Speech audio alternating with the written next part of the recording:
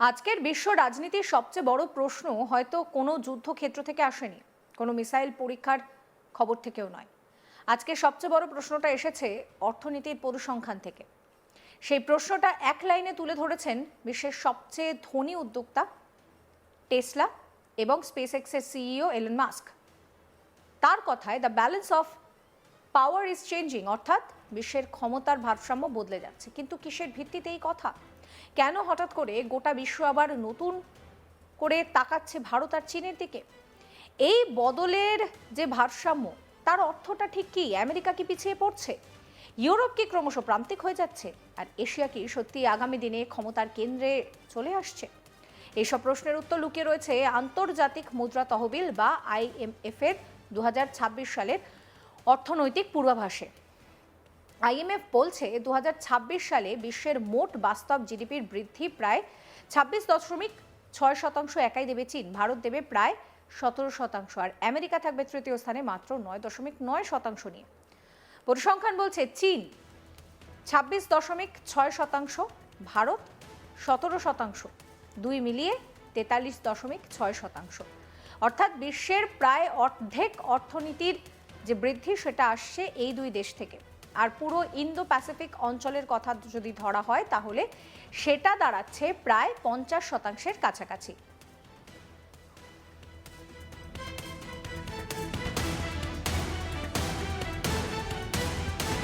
এটাই সেই বাস্তবতা যেটাকে এলন মাস্ক বলছেন ক্ষমতার ভারসাম্য বদলে যাচ্ছে। এটা কোনো সাধারণ পরিসংখ্যান নয়, এটা কোনো রুটিন রিপোর্ট নয়, এটা আসলে বিশ্ব রাজনীতির ভবিষ্যতের মানচিত্র।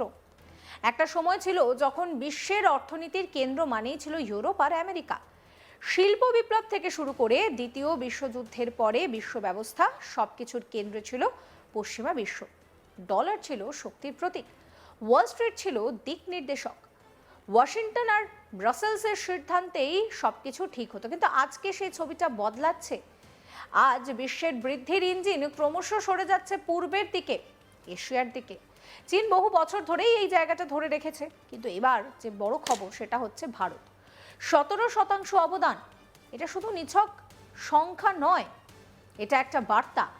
ভারত শুধু আর উদীয়মান শক্তি নয়, ভারত এখন বৈশ্বিক বৃদ্ধির প্রধান চালিকা শক্তির মধ্যে একজন। এই কারণেই ভারতের অর্থমন্ত্রী নির্মলা সীতারামন বাজেট 2026-এ যুব সংলাপে এলন মাস্কের এই মন্তব্যের কথা উল্লেখ করেছেন। এটা কেবল প্রশংসা নয়, এটা একটা রাজনৈতিক এবং কূটনৈতিক সিগন্যাল। ভারত নিজেকে ভবিষ্যতের বৈশ্বিক অর্থনৈতিক শক্তির হিসেবে দেখতে শুরু করেছে। কিন্তু এই গল্পটা শুধু ভারতের সাফল্যের তো নয়, এই গল্পটা আসলে ক্ষমতার পুনর্বন্টনের গল্প।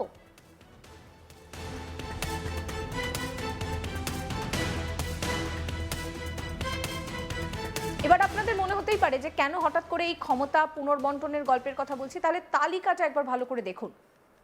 প্রথমে রয়েছে চীন, চীনের পরে রয়েছে ভারত, আর তারপর রয়েছে আমেরিকা, আর তারপর ইন্দোনেশিয়া, তুরস্ক, নাইজেরিয়া, ব্রাজিল। কিন্তু এখানে খেয়াল করছেন জার্মানি কোথায়? দেখুন 10 নম্বরে, 0.9%। একসময় ইউরোপের অর্থনৈতিক ইঞ্জিন, আর আজ তালিকার একেবারে নিচের দিকে। এটা কি শুধুই মন্দার ফল, নাকি এর পিছনেও বড় কোনো ইঙ্গিত রয়েছে? বিশ্লেষকরা বলছেন এটা একটা স্ট্রাকচারাল শিফট, অর্থাৎ সাময়িক নয়, এই পরিবর্তন দীর্ঘমেয়াদী। চীন শুধু আজ কারখানার দেশ নয়, চীন আজ প্রযুক্তি, গাড়ি, ব্যাটারি, AI, মহাকাশ সব জায়গাতে বড় খেলোয়াড়। অন্যদিকে ভারত ডিজিটাল পাবলিক ইনফ্রাস্ট্রাকচার, পরিষেবা খাত, স্টার্টআপ ইকোসিস্টেম এবং বিশাল তরুণ জনসংখ্যার উপরে ভর করে দ্রুত এগিয়ে যাচ্ছে। এই দুই দেশের সম্মিলিত শক্তি আজ বিশ্ব অর্থনীতির সবচেয়ে বড় চালিকা শক্তি। আর আমেরিকা এখনো শক্তিশালী, এখনো বিশ্বের সবচেয়ে বড় সামরিক শক্তি রয়েছে, এখনো বিশ্বের অর্থনৈতিক ব্যবস্থার কেন্দ্রে রয়েছে। কিন্তু বাস্তবতা হলো আমেরিকা তো একা নয়। 9.9% অবদানটা খারাপ নয় যেরকম, তবে এটাও স্পষ্ট করে দিচ্ছে যে বিশ্ব এখন মাল্টিপোলার ইকোনমিক অর্ডারের দিকে এগোচ্ছে। এটা এমন একটা বিশ্ব যেখানে একটাই কেন্দ্র থাকছে না, থাকছে একাধিক শক্তি কেন্দ্র। এই বদলের সবচেয়ে বড় প্রভাব পড়ছে কোথায় দেখতে পাচ্ছেন? ইন্দো প্যাসিফিক অঞ্চলে। আজ এই অঞ্চলই একেবারে দিয়ে দিচ্ছে বিশ্বের প্রায় অর্ধেক বৃদ্ধি।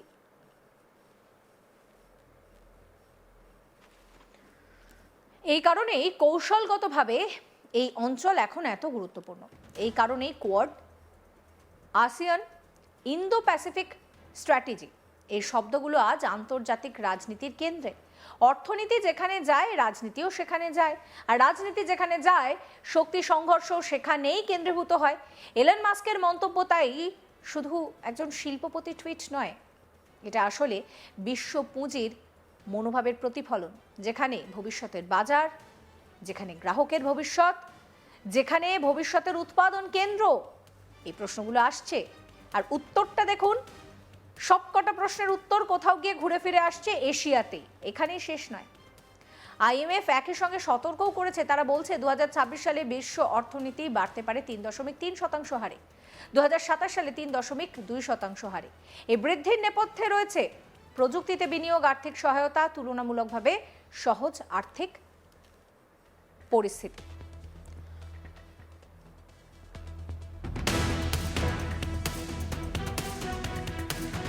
কিন্তু ঝুঁকিও আছে, বড় ঝুঁকি। মানে কথায় বলে না যে টাকার একদিকটা ভালো একদিকটা খারাপ, এরকম সেরকম ঝুঁকিও রয়েছে। ভূ রাজনৈতিক উত্তেজনা বাড়তে পারে, বাণিজ্য যুদ্ধ আবার মাথাচাড়া দিতে পারে, সরবরাহ যে শৃঙ্খল সেটা ভেঙে পড়তে পারে, বড় বড় দেশের ঋণের বোঝা, সুদের হার বাড়তে পারে, আর প্রযুক্তি দিয়ে অতিরিক্ত আশাবাদী হলে ভেঙে যেতে পারে। তাহলে বড় ধাক্কা লাগতে পারে বাজারের ক্ষেত্রে।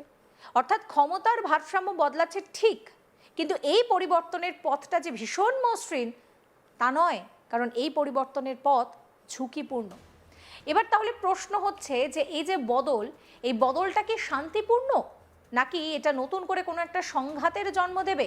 কারণ ইতিহাস সাক্ষী রয়েছে, ক্ষমতার ভারসাম্য যখনই বদলেছে তখনই পুরনো শক্তি আবার নতুন করে টানাপোড়েনের মধ্যে দিয়ে শুরু হয়েছে। আর আজ সেই টানাপোড়েনের আভাস আমরা কোথায় কোথায় দেখতে পাচ্ছি? বাণিজ্যে দেখতে পাচ্ছি, প্রযুক্তিতে দেখতে পাচ্ছি, কূটনীতিতে দেখতে পাচ্ছি, সামরিক কৌশল পর্যন্ত বাদ যায়নি সেখান থেকে।